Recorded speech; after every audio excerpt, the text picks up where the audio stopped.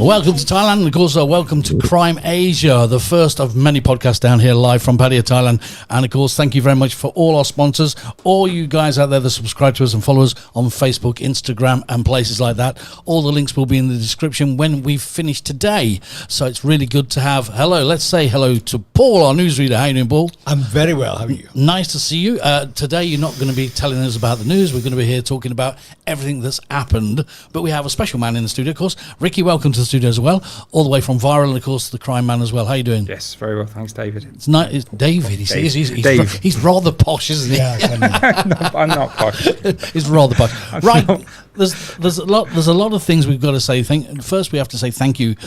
You can agree with this, guys. We're going to say thank you to everybody that follows us and subscribes to us and sees us on Facebook and Instagram. Like I said, a lot of stories coming out, but of course, Ricky, you're sort of like up to date on the one we're going to talk about first, which of course was the director, the owner of a company that couldn't take the pressure. Tell us about that one. That's Quentin Griffiths. He was the founder of the fashion online retail chain Asos. He was from London originally and moved to Thailand around early 2000s. Started coming on holiday here in the early 2000s as many people do. But he ultimately ended his life jumping off a building in Pattaya, which is quite unfortunate. But there's a lot more to the case. I was going to say, I think you did a bit of a news story on him as well, Paul. But I sort of read into it when it first came out, Rick, that it seemed as though the story was one-sided. It wasn't like two sides to this story. It was just like, this is what happened, this is it, it's all his fault, job done, and that's it, and the girl says, well, I was nothing to do with it because I was miles away. Since then, it's progressed, hasn't it? Yeah, the ex-wife, he first met her in 2007. They met in Bangkok. He came and went for a few years back to England, kept in touch with her over the calls and messages, and they had kids together 2013 and 14. Very happy, marital bliss, very, very happy in love. She was I think about 15 years younger than him, so very beautiful, very beautiful, very young. But his big mistake was moving to Pattaya because of that was where it all went wrong for him. He stepped into the candy shop, didn't he? Exactly. So they bought a lovely big house, a big villa together. It cost him about 30 million baht at the time with his wife, and he formed a company with his wife, formed a business, 50-50 business, so that he could buy that. Why he formed the business with his wife is quite important, because that comes back to bite him in the backside later on. Right. So normally a foreigner would form a business with a kind of nominee, 49% foreigner, 51% Thai nominee, a lawyer or somebody. The lawyer normally has the sway, don't they? Yeah, so the way he set it up was 49% him, 49% his wife, and 2% some lawyer nominee. But the issue was the 49% he had with his wife. So just remember about that, because that is where all the problem came about. So he's living in Pattaya. He's got a few sports cars, a great big house, 2 kids, and here's the problem: he is hitting the bars every few days. He's going to the bars, and he's spending, according to his bank statements, he's going to one bar spending 100,000 baht in a bar. Wow. Going to another one on Walking Street. His preferred place was Walking Street. That takes a lot. I mean, that tells me that he's had like 3 orange juices and 55,000 lady drinks. Yeah, the VIP tables, his friends joining him, all the girls. He was spending a lot, and he had the money. He did have the money to back it up. He sold Asos. Asos is a big fashion chain. It's worth billions now, I believe. And he sold his shares. He was the co-founder, so he got a big windfall from that. But you can burn through money quite quickly in Pattaya. You can hear. Absolutely. What's that saying? How to make a small fortune in Thailand? No, if you want to become a millionaire in Thailand, arrive as a billionaire. That's the only way it's going to happen. Yeah. So he was exactly that. He was a multi-millionaire when he arrived. Well, he got 15 million pounds payout as a share with dividends after, just from that payout of that company, which is it's not a bad night, is it, Paul? Not bad, is it? We could go on the VIP table, couldn't we? Spending a few of that. Certainly would. But of course, when you say, it all went tits up and it went crazy on this 49% thing is going to jump him and kick him in the arse, surely. So he was with his ex-wife, but eventually he's met a younger girl, much younger, 34 years younger than him. She was at least around 19 or 20 when he met her, and he had his side chick, this young girl, this mistress. He was renting a condo for her, right? £85,000 a month condo for the mistress. Buying her iPhones, hotel stays, all the rest of it, and so he's really burning through the cash now. Yeah. He's got his mistress, he's partying every night, and eventually his wife, she's had enough. She goes to the police, tells the police, I'm separating from him, and so kicks him out. She actually did that. Yep, she kicked him out. Right, he moved in with his mistress, and then they did the child custody. He actually won child custody of their two children they had together, and her kid from a previous relationship, sort of slightly older. But he won custody, and then they stayed with him. Now he's moved out. He's been kicked out of the house, the marital home. But remember, it's the ownership structure is half and half, basically. So 49, yeah. And this is where he made a very big mistake, and he wanted his wife out of that business that owned the company that owned the house. And instead of doing it legally and negotiating with her and saying, well, we'll sell it and give you half, if he'd sold it at the current value, he would be paying her about 25 million baht, so £500,000. And he didn't want to do that. So what does he do? He forges all of the documents, tells the police that he's lost the land deed. Can he get a new land deed? And he's fiddled with the paperwork. Him and his lawyer dug himself a hole. Yeah, and we don't even need to say allegedly. He was found guilty of doing that. He was arrested at the Suvarnabhumi airport in January 2025 after a flight back from London. Police pounced on him and got him away in the car. He refused to negotiate with the ex-wife, refused to come to a settlement to avoid prison, and he was found guilty in court and jailed for 18 months and released on bail pending an appeal. What do you think, Paul, so far? It's tragic, I think, But classic. But when it comes to like forging and doing all that, it's classic mistakes, isn't it? And also, at the end of the day, there's one word: it's greed. It's as simple as that. I mean, it would have been easier just to pay the girl off, walk away separately, and happy days, because she would have been happy and he would have been happy, and they walked away, and that other side of what's coming would never have happened. But when you try and con somebody, especially Thai, and you try and do all the paperwork, you're in their backyard, so you're gonna, like you say, he made a very big mistake. Pay the girl what she deserves. I'm sure he couldn't have imagined, like 20 years ago, that he would have been able to retire with that kind of money. It would have been just impossible, I would think. I mean, what happened? I mean, just before we carry on with the story, what happened to the mistress who's on the 85 grand a month condo? Well, she's still on it, and by now he's bought her a nail bar in. Okay. And she's carrying on. She's working in her little nail bar. She's got a house in the province. He's bought her a house in the province for her family, and she's carrying on with him. He's introduced his children to her. Did it, just as a matter of coincidence, which I don't know the part of this story, I mean, I've got quite a bit in front of me, but did he actually have a will? That we don't know. Right. He was found guilty at the court, which was a big surprise to him. He thought he was going to get away with it. He was found guilty, jailed for 18 months and released on bail.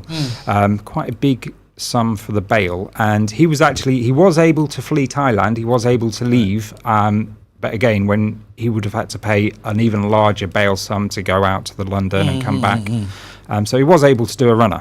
He was able to, but he's got a luxury condo in Pattaya. He's got his mistress. And that's a powerful pull as well. And he's got a sports car, a McLaren sports car. So his life is here. His life is here. So anyway, fast forward a little bit, and Sure. then you've got the appeal coming up, which was in February. He had to this February 2026. He had to submit the papers for, and the big thing was the house that he'd already sold was frozen. The government saw the guilty verdict. The DBD, Department of Business Development, froze the asset, froze the house at the centre of a criminal probe. And the guy that's just bought the house from him for 50 million baht, approximately, is not happy. So that was February the 4th. Just seized, yeah. Just happened. 5 days later, he's decided to take his own life by jumping off his. So there's balcony. a couple of things there I want to ask you, because we do the news, we do the crime news and that, and it kept coming in dribs and drabs, and Yes. how it does. I want to ask you about the locked room, because they said that the room was locked. Yeah, His apartment. His apartment. There was nobody inside. The room was locked. Is that true? Is that part true? Yeah. Did he take his own life, do you think? Absolutely. He absolutely took his own life. The CCTV did not show anybody going to the condo, coming back. The room was locked. There was nothing but a couple of empty bottles of wine, a bottle of water. But would we not, guys? Paul, would we not think that a guy who started a company like this, been through all the pressure of a company, doing all the things that he's done in the company, made the money that he's made, in the situation he's made, don't you think that he would handle this situation different? The pressure. I mean, I think we're talking of the same thing here. We're talking that the guy couldn't take the pressure, couldn't take the heat, so he jumped out and got out the kitchen. That's what we're saying, aren't we? Yeah. Wouldn't you think that a guy like that could handle the pressure? Well, he'd never been to prison before. Right. He was facing 18 months in prison. Mm-hmm. There was no way out for him. He was almost certainly going to lose at the appeal. And that's 18 months in prison. He did not want to negotiate with his wife to say, he could have still up until the last days before he died. But guys, why do you think a guy who's got that kind of money doesn't want to negotiate with this girl who has been with and happy with and has kids with, doesn't want to negotiate with her, pay the lady off so she can have a good life, okay, job done, and walk away happy and be with his mistress? Absolutely. Isn't that the easy way out? For anybody else, yeah. So isn't there something missing in the story, do you think? He didn't want to pay her the children. He also didn't want to give her the custody of the children as well. He didn't want to. But he won the custody of children, didn't he? Yes and no. Oh, okay. He had won custody of the children through the courts. Right. The wife had visitation rights, which she claims that he had not been allowing her to see the children for 4 years. By the way, that's a long time to go without seeing your kids for 4 years and not tell anybody anything. So that that sort of rings a bell in my head saying, what, you've waited 4 years to say to somebody, well, he didn't let me see the kids for 4 years. I mean, I'd be screaming that I didn't see the kids after the first week.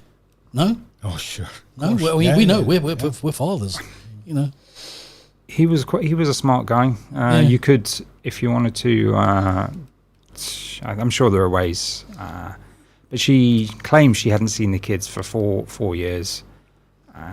She appealed to the court to let him see the kids, and obviously part of the negotiations where he was facing a prison sentence, part of those negotiations would be give me visitation rights. But the strange thing is, he'd actually signed before the family court case in Thailand. He'd signed an agreement with her, a memorandum of agreement with the ex-wife, saying, you can have custody of the kids. I'm going to give you 150,000 baht a month, and I'm going to give you custody. He did that. He did that. He signed the paper, signed and sealed by a lawyer that said you can have custody. But unbeknownst to her, he was actually also filing court cases to get her out. So he presented one thing to her. So he's playing two sides, isn't he? Playing dirty is the word. Yeah. Were the children in Thailand? Can you remember the news story? Were they in Thailand, the kids, or did he take them out of Thailand? They've always been in Thailand. Right. Thai raised as Thai kids. I find that the bit that I find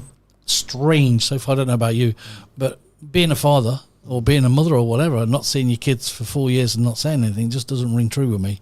I would be screaming and shouting and ringing the bells after the first week.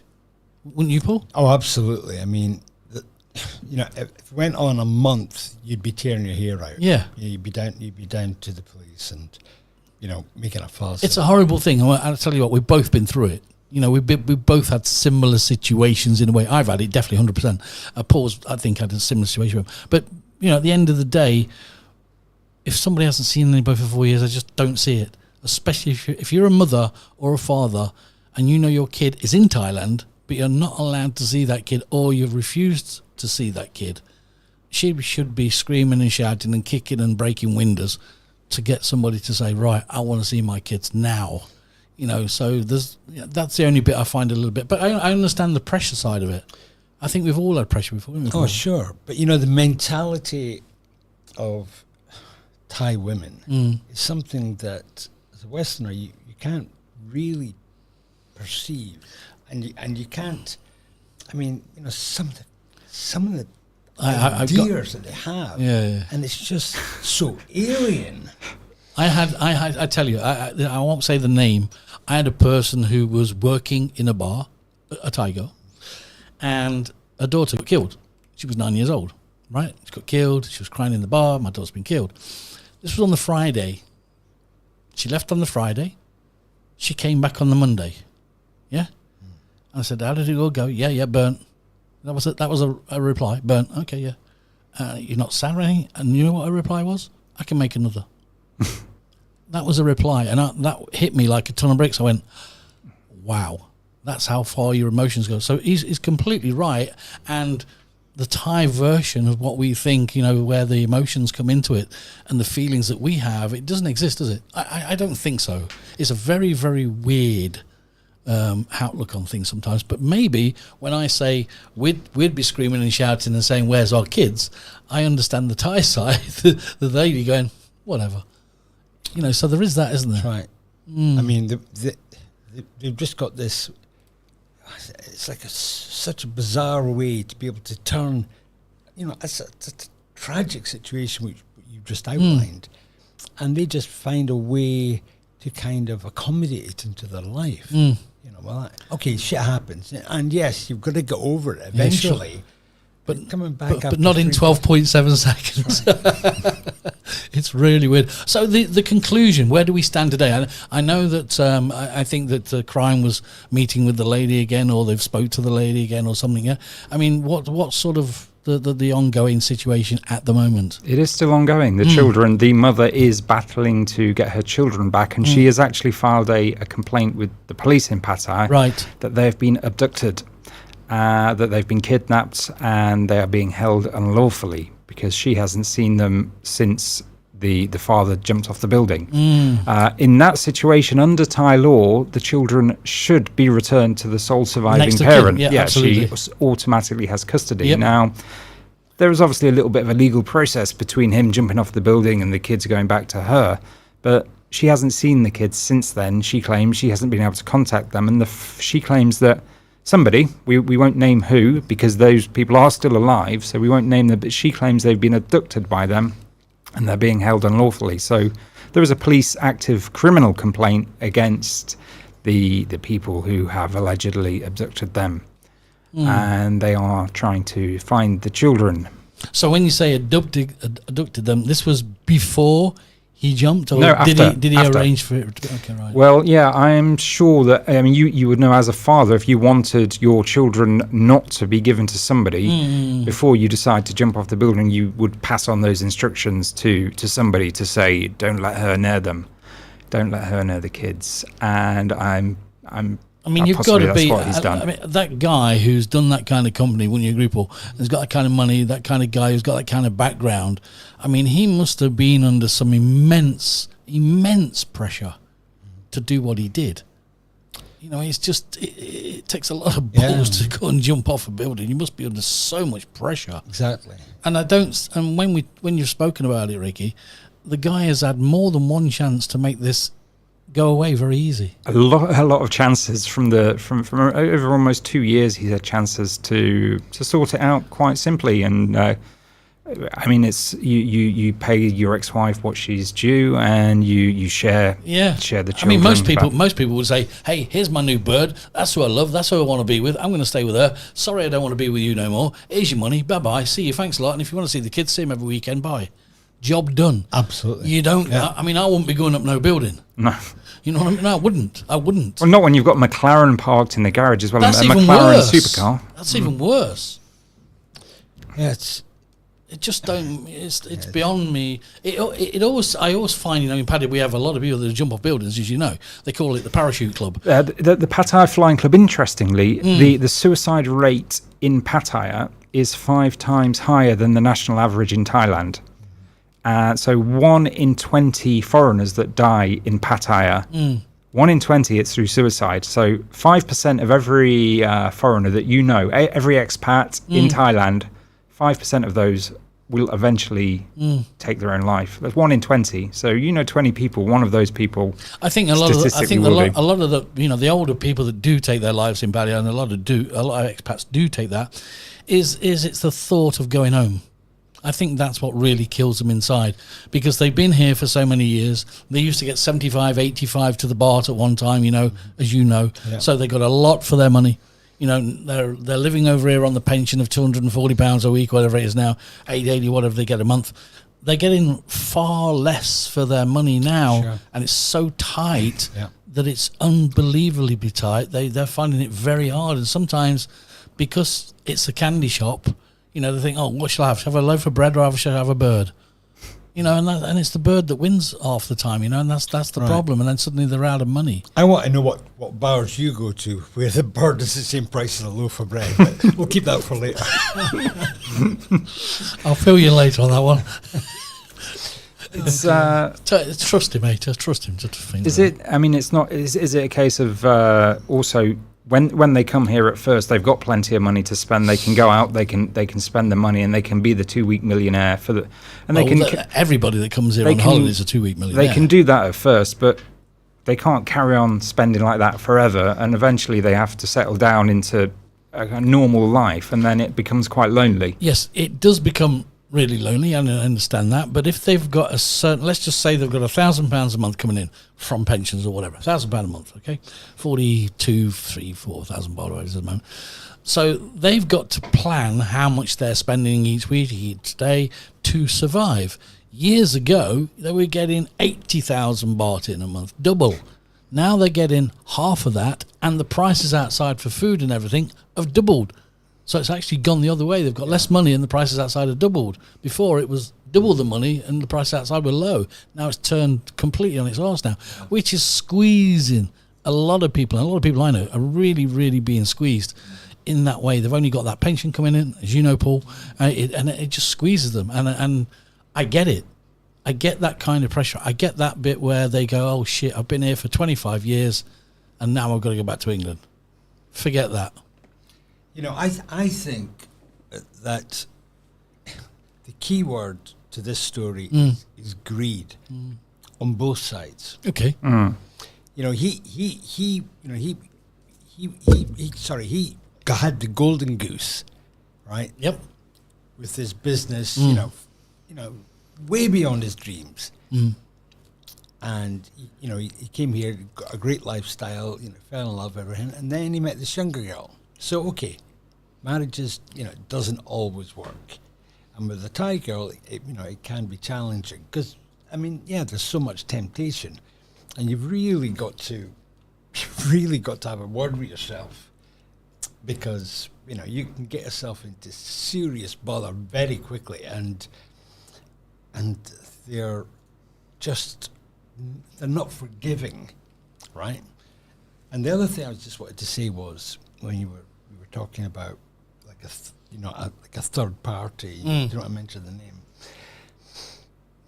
It's good. It's human nature that his estranged wife will hate the mistress. Yeah, that's a natural thing, right? And she'll learn. So you cause the problem. Yeah, we've all done that when we've had a relationship breakup, and then you see your ex-girlfriend with some guy, So you hate him. just because. No, I never hated him. I thanked him. Thank you. Thank you for taking her, please. Terrible. Yeah, sorry. But it's been, I mean, thanks, Rick. I mean, this story is ongoing, isn't it? As we speak, it's still ongoing. And hopefully it's going to resolve itself. And in my eyes, I wish that she gets the kids back, because that's where they need to be, with the mother. Oh, yeah, absolutely. Yeah. End of. Doesn't matter what anybody else thinks about him or her or whatever. The kids need to be with their father. Busy week on the news. You've been doing all the news bulletins so far on YouTube, which is getting a bit of a nice crowd now, building up slowly. Yeah. That will get better, of course, and we will do and refine it, and we'll fine tune it, and hopefully keep up. But we're doing quite well on Crime Asia. We're getting around the world now. All the major, Singapore, Malaysia, as you know, Thailand. All these places now are coming on board and recognising the crime, and we're sort of cherry picking the crime, because if you look in it, we don't want to put too much of the same, because if you look at other news channels, a lot of the time it's easy. It's a fight, a bike's nicked, or a gold chain's nicked, or somebody jumped off a building. That's it. That's your 4 stories. Yep. And we try and elaborate on that. Correct, Rick? Yes. We try to do that. Okay, right, we're going to leave it there. We'll leave it as the first section of the podcast for Crime Asia. Okay with that, yeah? Yes. Enjoy that? Yeah. So, guys, don't forget, of course... What about the guy in Phuket? Yes. Jordan, right? We are going to do that. Oh, yeah. We're going to do that. This is called a 2-section. Okay. So I'm going to have a break. It's called a pee break. Okay, and then we'll come right back after this, all right? Stay with us.